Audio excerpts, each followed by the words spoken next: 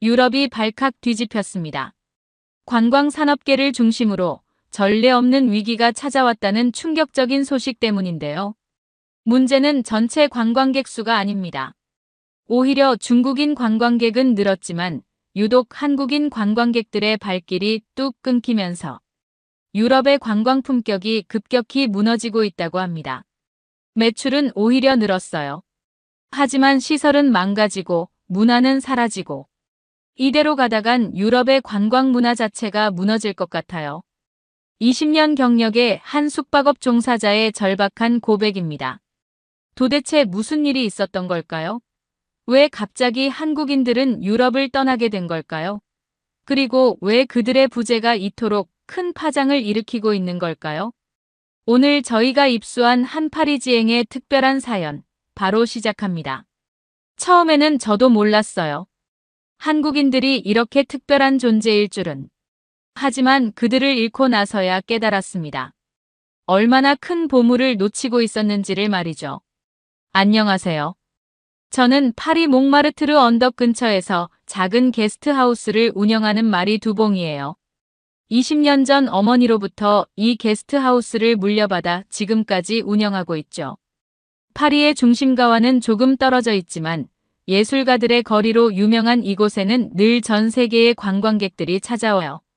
처음 게스트하우스를 운영했을 때만 해도 손님들 대부분은 유럽 각지에서 온 배낭여행객들이었어요.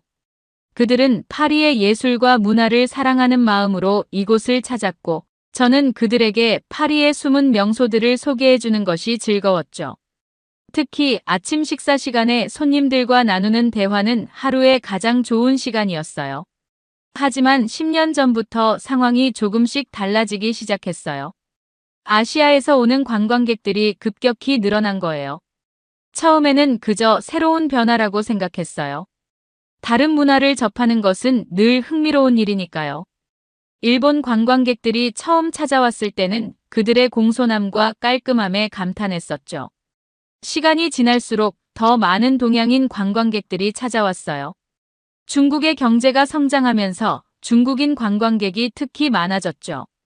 단체로 오는 경우가 대부분이었는데 그들의 문화는 제가 익숙했던 것과는 많이 달랐어요. 시끄럽게 이야기하고 공용 주방을 어지럽히고 새벽에도 큰 소리로 대화를 나누는 모습들이 자주 보였죠.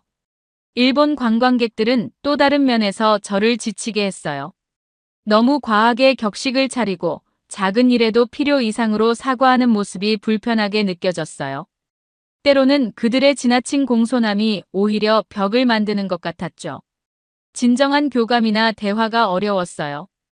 20년간 게스트하우스를 운영하면서 각국 관광객들의 특징을 많이 봐왔어요. 수익 면에서는 중국 관광객들이 좋았죠. 하지만 시설 보수 비용도 많이 들었고 다른 손님들의 컴플레인도 자주 있었어요. 일본 관광객들은 조용하고 깔끔했지만 연락이나 의사소통이 쉽지 않았죠. 매번 본사를 통해서만 예약이 들어왔고 특별한 요청 사항도 많았어요. 이런 경험들이 쌓이면서 저는 점점 동양인 관광객들에 대한 선입견을 가지게 됐어요.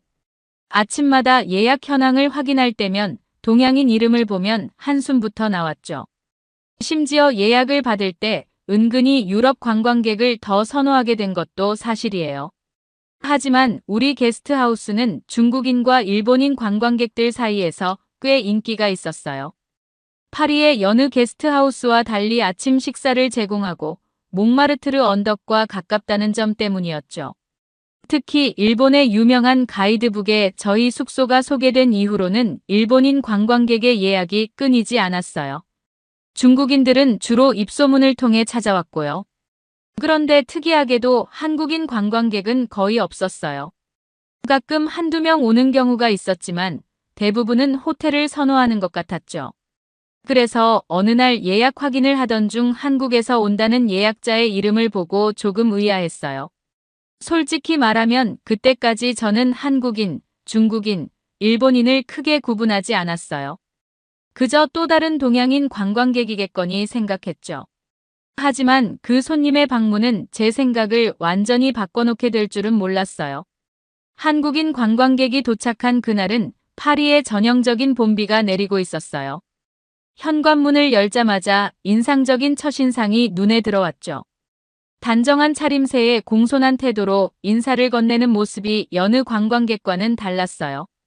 특히 프랑스어로 기본적인 인사를 건네는 모습이 무척 인상적이었죠. 체크인 과정도 순조로웠어요.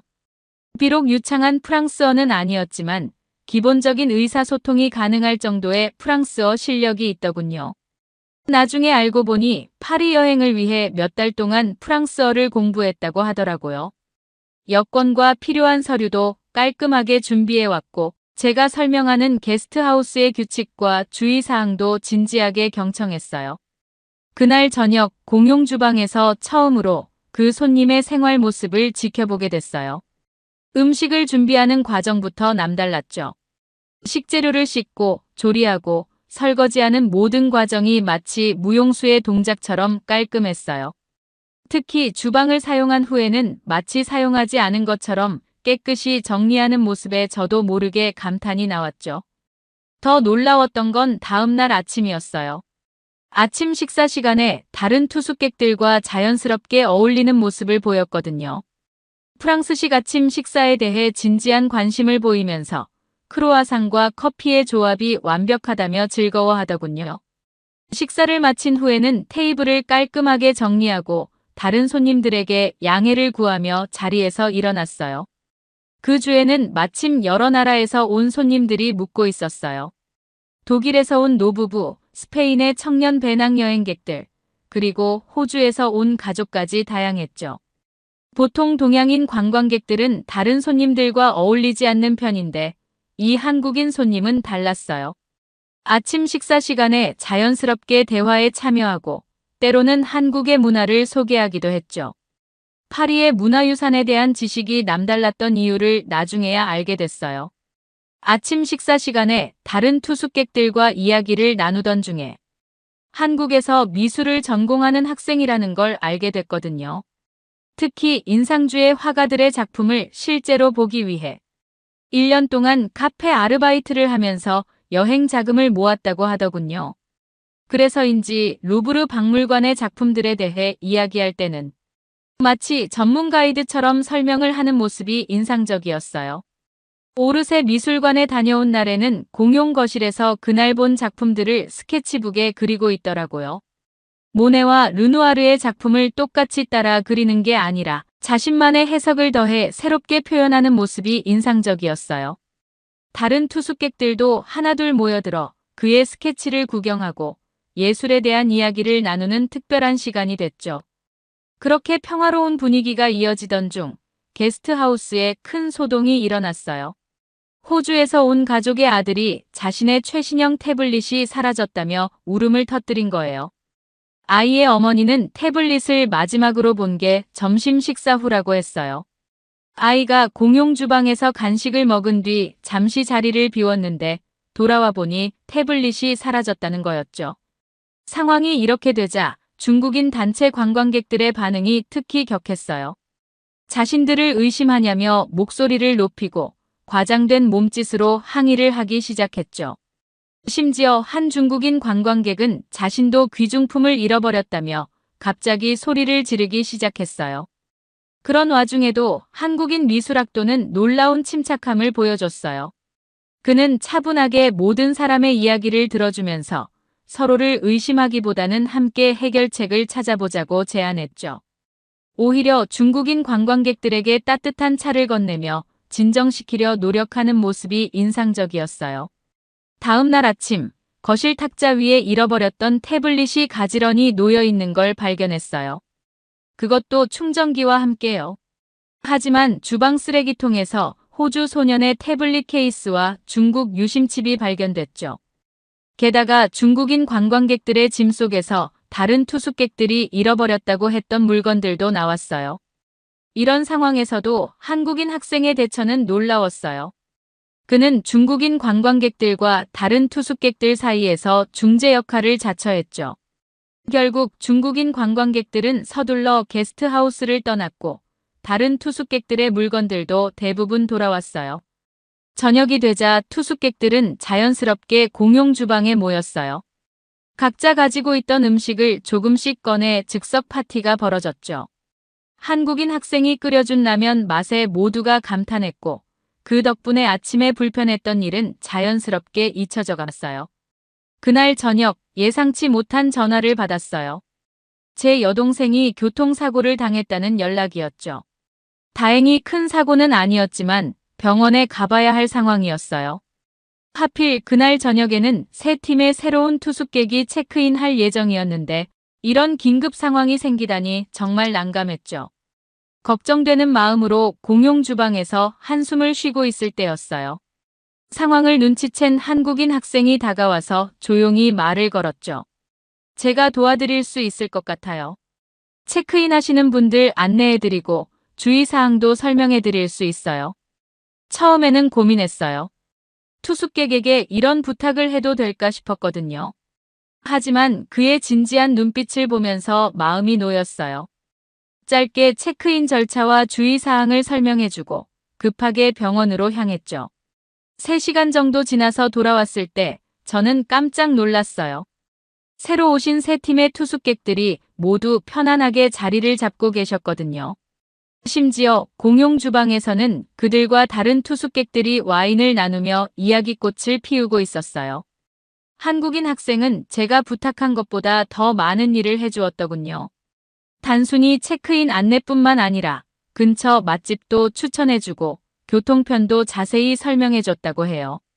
특히 프랑스어를 못하는 스페인 가족에게는 영어로, 영어가 서툰 일본인 커플에게는 온몸으로 설명을 해가며 소통했다고 하더군요. 다음 날 아침, 새로운 투숙객들은 저에게 연신 칭찬을 했어요. 당신의 아들이 정말 친절하더군요라고요. 제가 아들이 아니라 투숙객이라고 말씀드렸더니 더 놀라워하시더군요.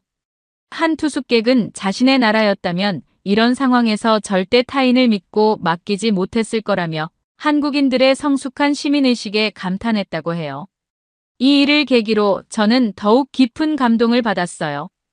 단순히 친절하고 예의 바른 것을 넘어서서 진정으로 타인을 배려하고 돕는 한국인들의 모습을 보았거든요. 그들에게는 이런 게 자연스러운 일상인 것 같았어요. 다음 날, 한국인 학생의 체크아웃 시간이 다가왔어요. 그는 마지막으로 파리에서의 마지막 날 밤늦게까지 그린 스케치북 몇 장을 선물로 남겼죠.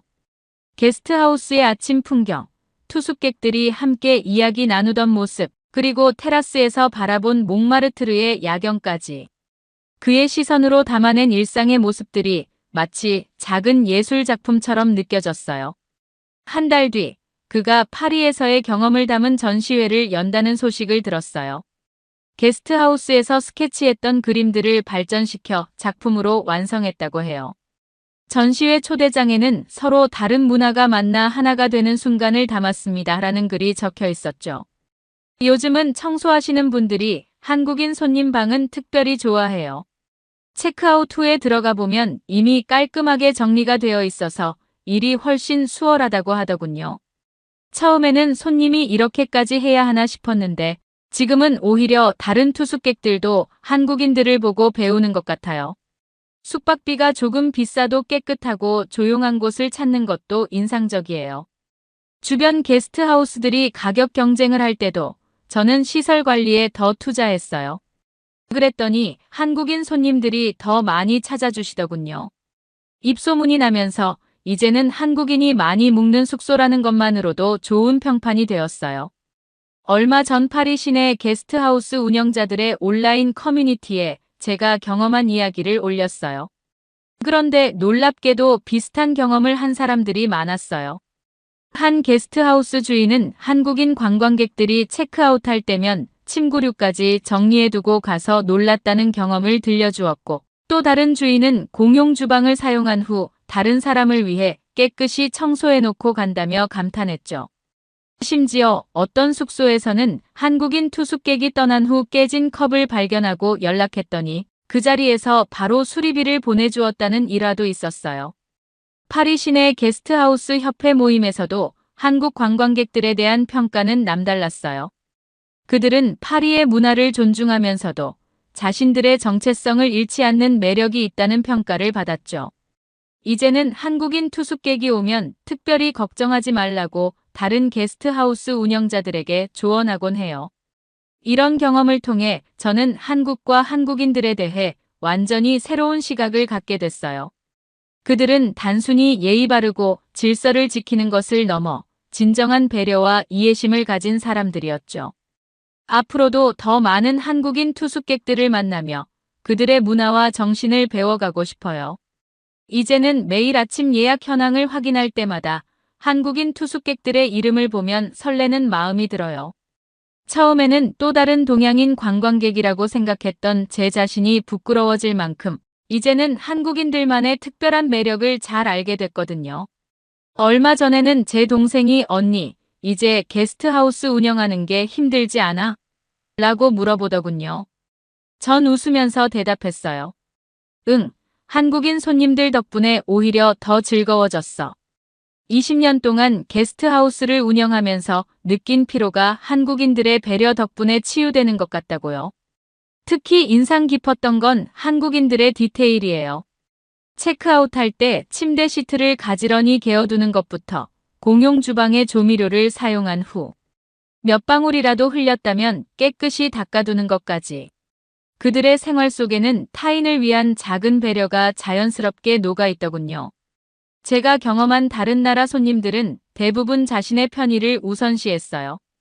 물론 그게 잘못된 건 아니에요.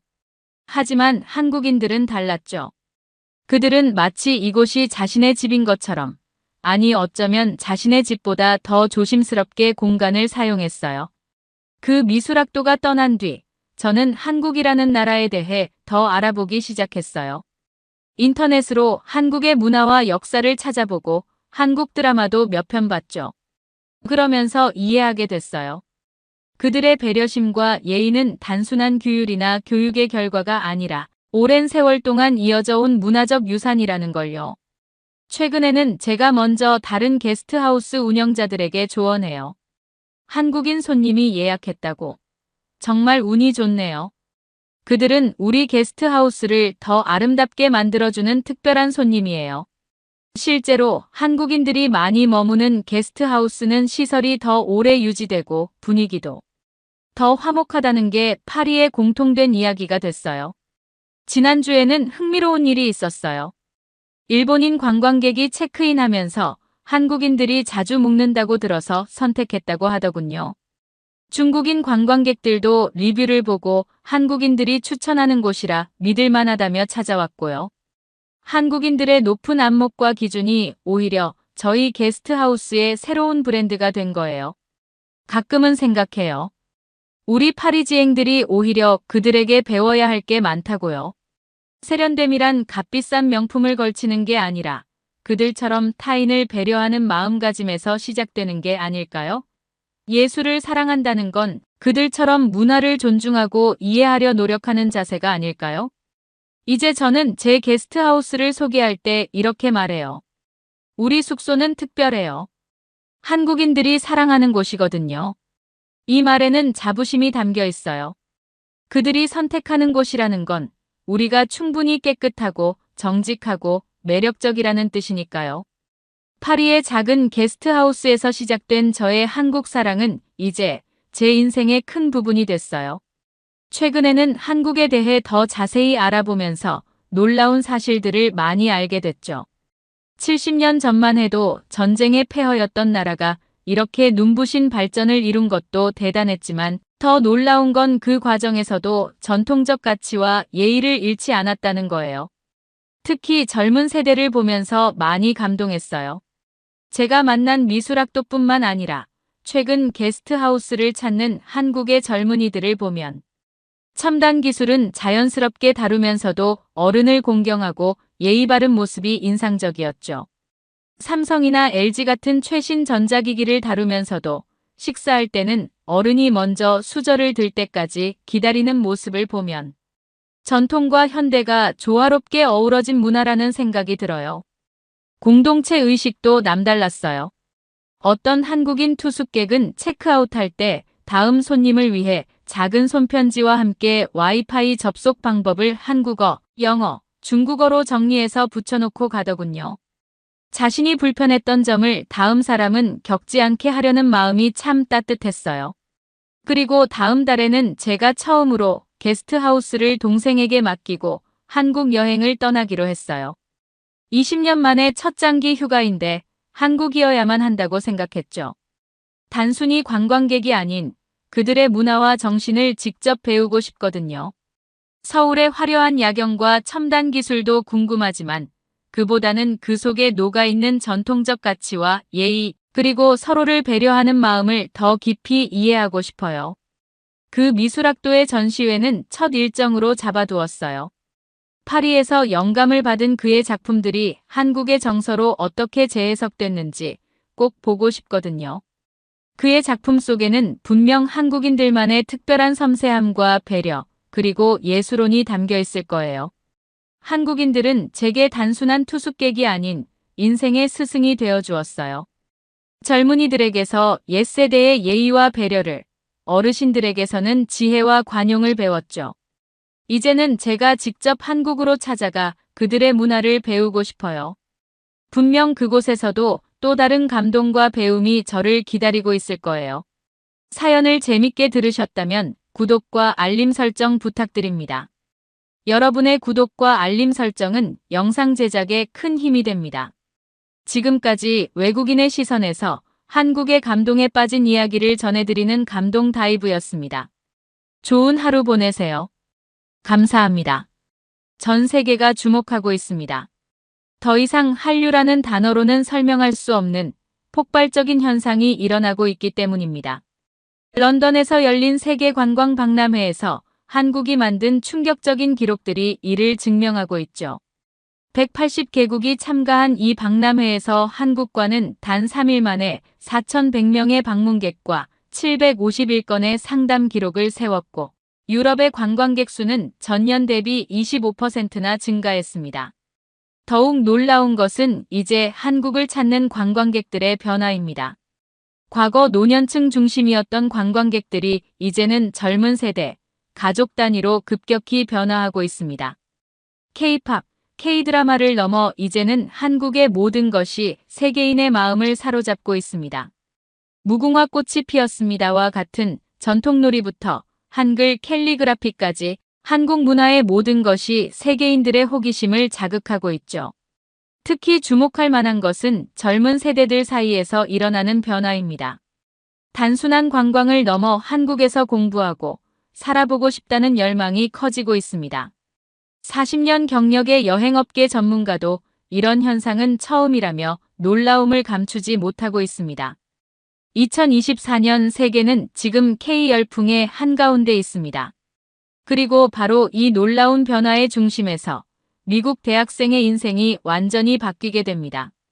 BTS의 한 뮤직비디오 댓글에서 시작된 작은 인연이 어떻게 하버드 대학생의 꿈과 미래를 바꾸어 놓았을까요? 지금부터 그 특별한 이야기를 들려드리겠습니다. 안녕하세요. 저는 하버드 대학교 2학년에 재학 중인 매디슨 테일러예요. 친구들은 저를 매디라고 부르죠. 제가 이렇게 용기 내서 제 이야기를 하는 건 지금 어딘가에서 방황하고 있을 누군가에게 작은 희망이 되고 싶어서예요. 3년 전 보스턴 교회의 평범한 고등학교로 돌아가 볼게요. 그때의 저는 글쎄요, 문제아라는 말이 더 어울렸을 것 같네요. F로 가득한 성적표, 무단 결석, 선생님들과의 끊임없는 다툼 등 선생님들은 저를 재능은 있지만 방황하는 학생이라고 했어요. 사실 전 그냥 제가 뭘 하고 싶은지 몰랐어요. 특히 아빠와의 관계는 최악이었어요. 하버드를 졸업하시고 보스턴의 큰 로펌에서 변호사로 일하시는 아빠는 늘 제게 큰 기대를 가지고 계셨거든요. 매디, 넌 할 수 있어. 네 안에 그런 가능성이 있다는 걸 난 알아. 그땐 그 말이 가장 큰 압박으로 다가왔어요. 매일 밤 아빠와 싸웠고 결국엔 대화마저 단절됐죠. 매일 학교가 끝나면 곧장 제 방으로 들어가 문을 잠갔어요. 헤드폰을 끼고 음악 볼륨을 최대로 높여서 세상과 단절된 채로 지냈죠. 엄마는 매일 밤 제 방 문을 두드리셨어요. 매디, 저녁 먹자. 하지만 전 그저 배고프지 않아요. 라는 말만 반복했어요. 지금 생각하면 정말 미안한 일이에요. 변화는 정말 우연히 찾아왔어요. 그날도 평소처럼 넷플릭스를 뒤적이다가 한국 드라마를 발견했어요. 스카이캐슬이라는 드라마였는데 처음엔 그냥 심심해서 틀었던 거였어요. 영어 자막이 있어서 가볍게 보기 시작했는데 그게 제 인생을 완전히 바꿔놓을 줄은 정말 몰랐어요. 드라마 속 학생들은 저와 비슷한 또래였는데 압박감과 고민을 안고 살아가는 모습이 너무나 리얼했어요. 하지만 그들은 포기하지 않았어요. 자신만의 방식으로 꿈을 찾아가는 모습에 저도 모르게 눈물이 났어요. 특히 주인공의 방벽에 붙어있던 시간표가 눈에 띄었어요. 그날 밤 저도 처음으로 제 방벽에 시간표를 붙여봤어요. 드라마를 보면서 가장 충격적이었던 건 도서관이나 스터디 카페에서 공부하는 학생들의 모습이었어요. 저와 같은 나이인데 너무나도 진지하게 자신의 꿈을 위해 노력하는 모습이 부러웠어요. 사실 전 그때까지 단 한 번도 제 꿈이 뭔지 진지하게 생각해 본 적이 없었거든요. 매일 부모님의 기대가 부담스러워서 도망치기만 했죠. 드라마를 다 본 후에는 자연스럽게 K-팝도 알게 됐어요. BTS의 드림이라는 노래가 특히 저를 많이 위로해줬어요. 넌 누군가의 꿈이야 라는 가사가 계속 머릿속에 맴돌았어요. 그동안 부모님의 큰 기대가 부담스러워서 도망치기만 했는데 어쩌면 그건 제가 가진 특별한 기회일 수도 있겠다는 생각이 들었어요. 어느 날은 새벽 3시까지 한국 대학생들의 브이로그를 봤어요. 서울대, 연세대 학생들의 하루 일과 공부하는 모습, 꿈을 위해 노력하는 모습 모든 게 신선한 충격이었어요. 그날 밤 처음으로 일기를 썼어요. 나도 저렇게 살고 싶다. 나도 할 수 있을까? 조금씩 변화하기 시작했어요. 한국 학생들처럼 옷이 기상에 도전했고 도서관도 가보기 시작했어요. 처음으로 공부 인증샷도 찍어보고 시간 관리 어플도 깔아봤죠. 브이로그에서 본 것처럼 스터디 플래너도 써보고 주말엔 카페에서 공부도 해봤어요. 처음엔 어색했지만 하루하루 작은 성취감이 쌓여갔어요. 한 달쯤 지났을까요? 처음으로 수학 시험에서 어를 받았어요. 선생님도 놀라셨지만 저보다 더 놀란 건 제 자신이었어요. 나도 할 수 있구나. 그날 처음으로 아빠 서재를 노크했어요. 아빠, 내 시험지 좀 볼래요?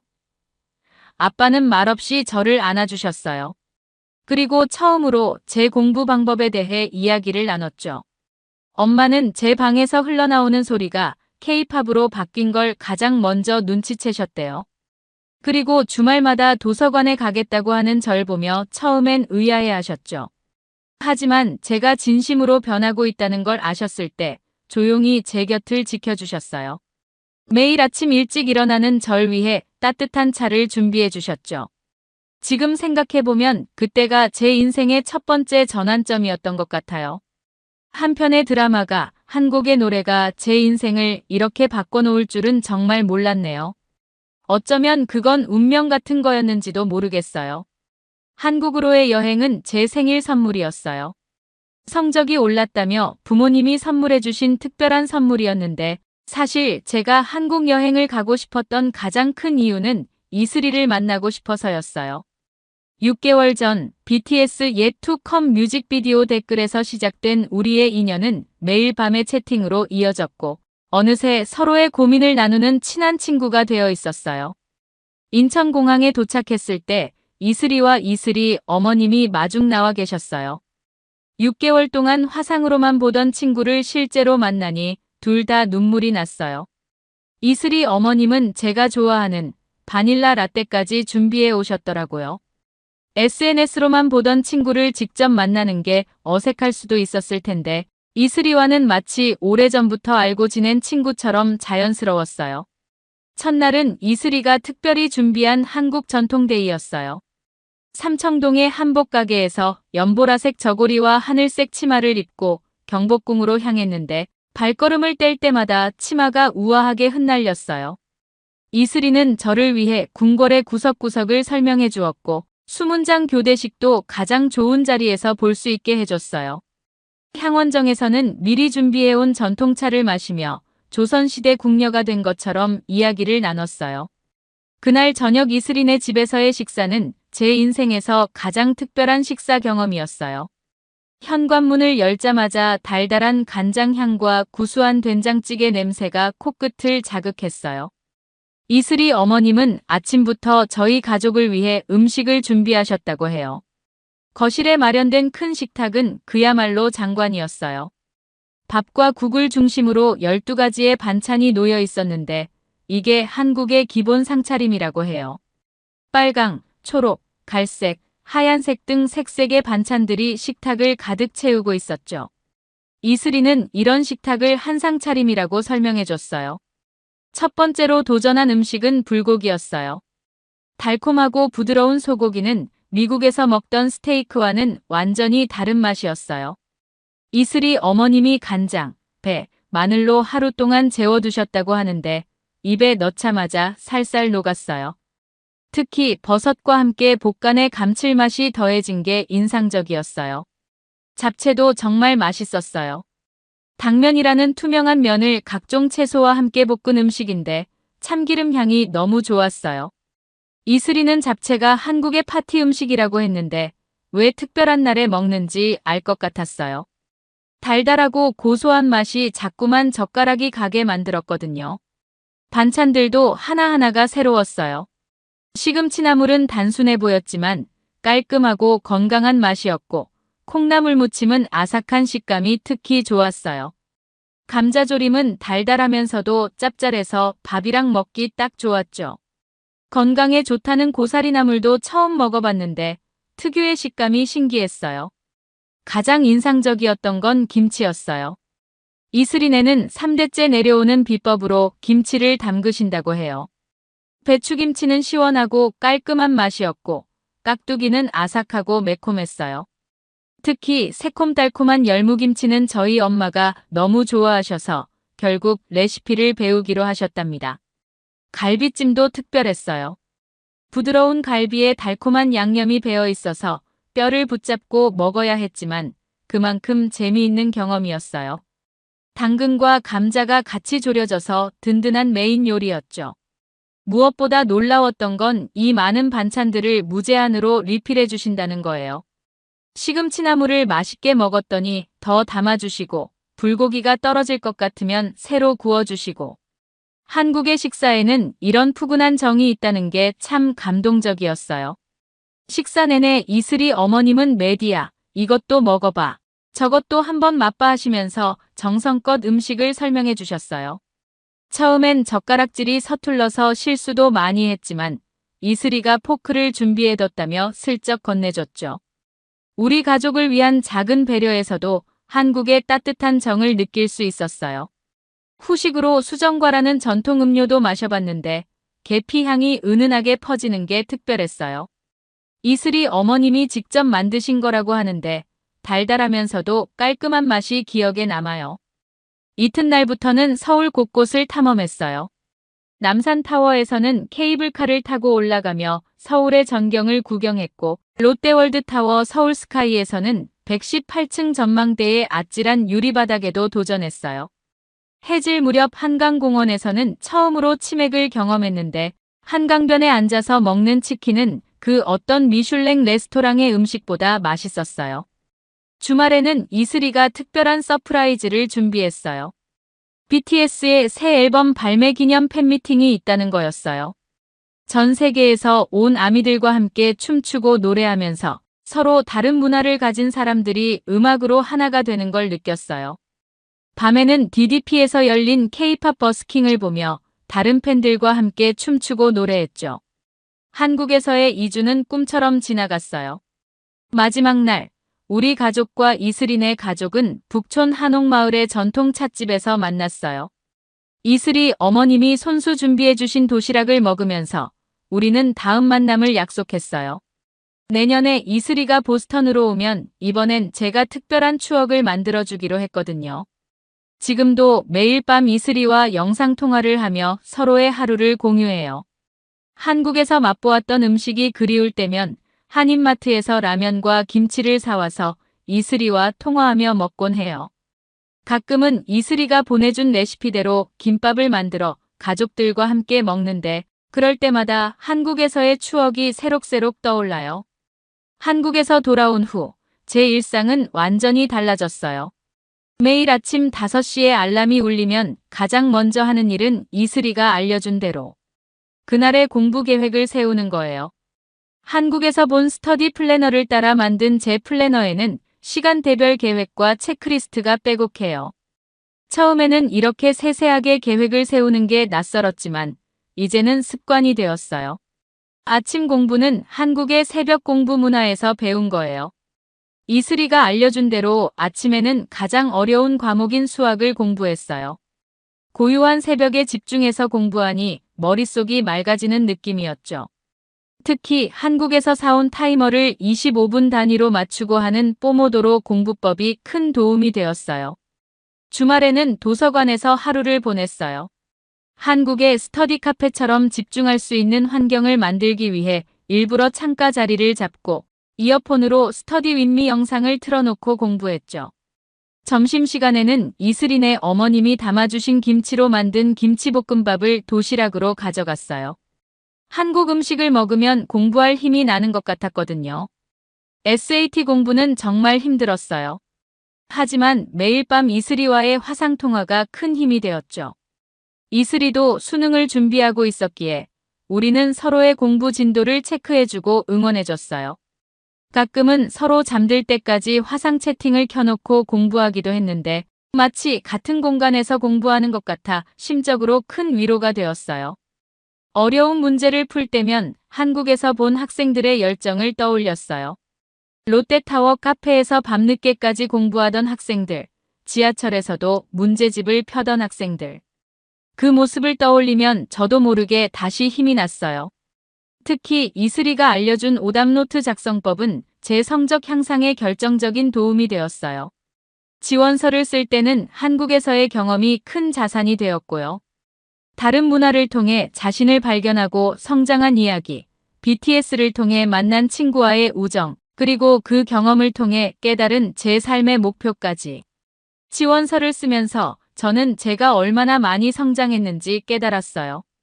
합격 통지를 받던 날, 가장 먼저 연락한 건 이슬이었어요. 밤늦은 시간이었는데도 이슬이는 제 전화를 받자마자 울면서 축하해줬어요. 다음 날 아침, 이슬이네 가족과 우리 가족이 함께 화상통화를 했는데 이슬이 어머님이 특별히 준비하신 축하 영상을 보내주셨어요. 경복궁에서 찍은 우리 사진들로 만드신 영상을 보면서 또 한 번 눈물이 났어요. 이제는 매일 아침 책상에 앉으면 한국에서 가져온 You Can Do It 스티커가 붙은 플래너가 저를 반겨요. 주말에는 한인마트에서 산 김치와 라면으로 이슬이와 같이 브런치를 먹으며 공부해요. 시험 기간이면 이슬이가 보내준 BTS 공부 플레이리스트를 들으며 밤을 새우곤 해요. 하버드에 합격하고 나서 많은 친구들이 비결을 물어봤어요. 저는 항상 이렇게 대답했죠. 한국이라는 나라에서 배운 열정과 끈기, 그리고 소중한 친구 덕분이야. 정말 그래요. 제가 이 자리에 올 수 있었던 건 우연히 시작된 K-파프 사랑이 제 인생을 바꿔놓았기 때문이에요. 지금 생각해보면 하버드 첫 학기 때가 가장 설렘 가득했던 것 같아요. 오리엔테이션에서 한국 유학생들을 처음 만났을 때 서툰 한국말로 안녕하세요라고 인사했던 그 순간이 아직도 생생해요. 다들 제 한국어 발음에 놀라워하면서도 너무나 반갑게 맞아주었죠. 이슬이 덕분에 배운 한국어가 이렇게 빛을 발할 줄은 몰랐어요. 그때는 서울대 교환학생 프로그램이 제 인생의 가장 큰 도전으로 다가왔어요. 밤늦게까지 앉아서 수강 계획을 세우던 기억이 나요. 국제대학원의 한미관계의 이해, 글로벌 문화 콘텐츠 산업론, 한국 현대문화와 사회 등의 과목들을 하나하나 살펴보면서 제 꿈에 한 걸음 더 가까워지는 기분이었죠. 특히 문화 콘텐츠 산업론 교수님께 이메일을 보냈을 때의 떨리는 마음은 잊을 수 없어요. 교수님께서 흔쾌히 멘토링을 해주시겠다고 답장을 주셨을 때의 그 기쁨이란. 방학 때는 서울의 작은 문화예술 스타트업에서 인턴십을 하기로 했어요. 하버드 경력개발센터의 도움으로 청년 문화 기획자들이 운영하는 곳을 찾았죠. 그곳에서 글로벌 팬 커뮤니티 프로그램을 기획해보고 싶었어요. 제가 K-팝 팬으로서 직접 경험했던 것들을 바탕으로 새로운 문화교류 프로그램을 만들어보고 싶었거든요. 하버드 서울대 문화교류센터 계획을 처음 구상하던 때도 잊을 수 없어요. 밤새워 기획안을 쓰면서 양국의 학생들이 함께 만들어갈 한미 청년 문화 포럼을 꿈꿨죠. 하버드 동아시아학과에 첫 기획안을 제출했을 때 교수님들의 반응이 얼마나 좋았는지 모르겠어요. 온라인 플랫폼 브릿지컬처도 그때 처음 구상했어요. 컴퓨터 공학과 친구들과 밤늦게까지 아이디어 회의를 하던 게 기억나요. 화상 수업, 언어 교환, 문화 프로젝트 협업이 가능한 플랫폼을 만들고 싶었거든요. 서울대에서도 이슬이가 열심히 개발 동아리 친구들을 모아주고 있었죠. 학술교류 계획도 야심찼어요. 한류와 미국 문화의 융합, 디지털 시대의 문화교류 같은 주제로 학술대회를 열고 싶었거든요. 특히 학부생들의 시선으로 바라본 문화교류 연구가 부족하다는 걸 발견하고 이를 채우고 싶었어요.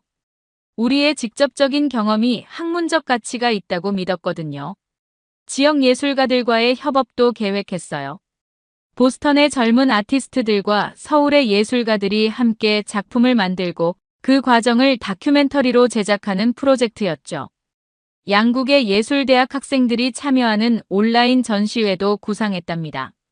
개인적으로는 12월에 있을 한국어 능력 시험을 목표로 매일 새벽 이슬이와 스터디를 했어요.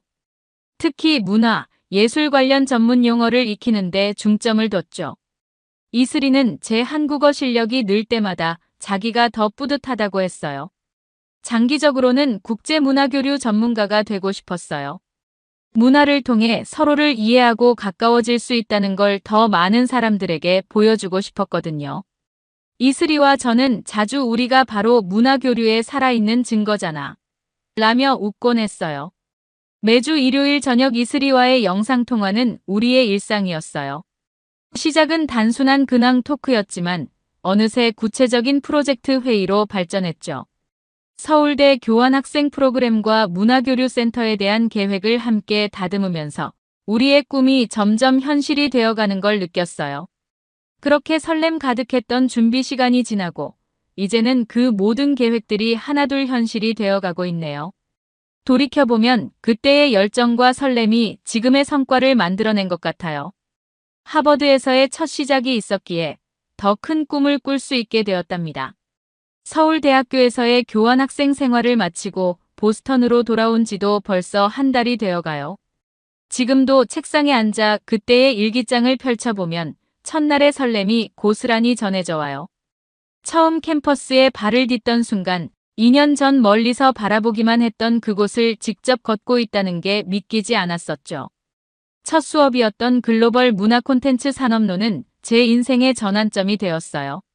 김 교수님께서는 제가 사전에 보낸 이메일을 기억하고 계셨고 수업 첫날 제게 문화교류센터 프로젝트에 대해 발표할 기회를 주셨었죠. 떨리는 마음으로 한국어 발표를 시작했던 그날, 교수님과 학생들의 뜨거운 반응이 아직도 생생해요. 가장 큰 성과는 하버드 서울대 문화교류센터 프로젝트였어요. 서울대 국제협력본부의 공식 승인을 받았고 하버드에서도 긍정적인 답변을 받았죠. 특히 양교의 아시아문화연구소에서 저희 프로젝트를 정식 학술 연구 과제로 채택해 주셨던 날의 기쁨은 잊을 수 없어요. 지금도 매주 화상으로 양교 연구진들과 회의를 하고 있답니다. BRIDGCULTUR이 온라인 플랫폼은 제가 가장 자부심을 느끼는 프로젝트예요. 서울대에서의 마지막 날 플랫폼 가입자가 2,000명을 넘어섰다는 소식을 들었죠. 지금은 양교 방송국이 공동으로 제작하는 캠퍼스 문화 교류 프로그램이 정기 콘텐츠로 자리 잡았어요.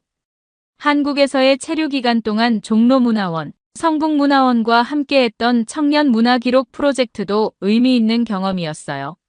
서울의 문화유산과 현대 청년 문화가 공존하는 모습을 기록하고 영어로 번역하는 작업이었는데 지금은 하버드 학생들이 보스턴의 이야기로 화답하며 그 기록이 계속 이어지고 있어요. 양국 청년 창작자 지원 프로그램을 통해 탄생한 작품들은 지금도 계속해서 새로운 이야기를 만들어가고 있어요. 한국의 독립영화 감독, 웹툰 작가, 음악가들과 미국의 젊은 아티스트들의 협업으로 시작된 프로젝트들이 하나둘씩 결실을 맺고 있답니다. 서울대 아시아문화연구소에서 진행했던 디지털 시대의 문화교류 연구는 곧 학술 논문집으로 출간될 예정이에요. 매주 금요일마다 했던 연구진들과의 미팅이 그립네요. 지금도 온라인으로 연구를 이어가고 있지만 그때의 열정적인 토론 분위기가 특별했어요. 이제는 새로운 시작을 준비하고 있어요. 하버드 케네디 스쿨 문화정책 석사과정과 서울대 국제대학원의 이중학위 프로그램이 기다리고 있죠. 양국의 최고 교육기관에서 배울 수 있다는 게 설레면서도 한편으로는 막중한 책임감도 느껴져요. 다음 달에는 제가 기획했던 아시아, 태평양 청년문화포럼이 열려요. 한국에서 준비하던 것들이 이제 현실이 되어가는 걸 보니 감회가 새롭네요. 벌써 10개국의 대학에서 참가 신청이 들어왔고 서울대와 하버드를 시작으로 아시아, 태평양 전역으로 이 움직임이 퍼져나갈 거예요. 지금 제 책상 위에는 서울대에서의 마지막 날 찍은 사진이 놓여 있어요. 그 사진을 볼 때마다 다시 한번 꿈을 확인하게 돼요. 2년 전 BTS 뮤직비디오 댓글에서 시작된 인연이 이렇게 큰 꿈이 되어 돌아올 줄은 정말 몰랐어요. 한국이라는 나라는 제게 단순한 교환학생 경험 이상의 것을 주었어요. 꿈의 방향을, 그리고 그 꿈을 이루어갈 용기를 주었죠. 이제는 이 경험들을 바탕으로 더 큰 꿈을 꾸고 있어요. 언젠가 서울과 보스턴을 잇는 문화의 다리를 놓는 그날까지 한국에서 배운 열정과 끈기로 한 걸음 한 걸음 나아갈 거예요. 오늘의 사연은 여기까지입니다. 사연이 좋으셨다면 구독과 좋아요 잊지 마세요. 좋은 사연으로 또 뵙겠습니다.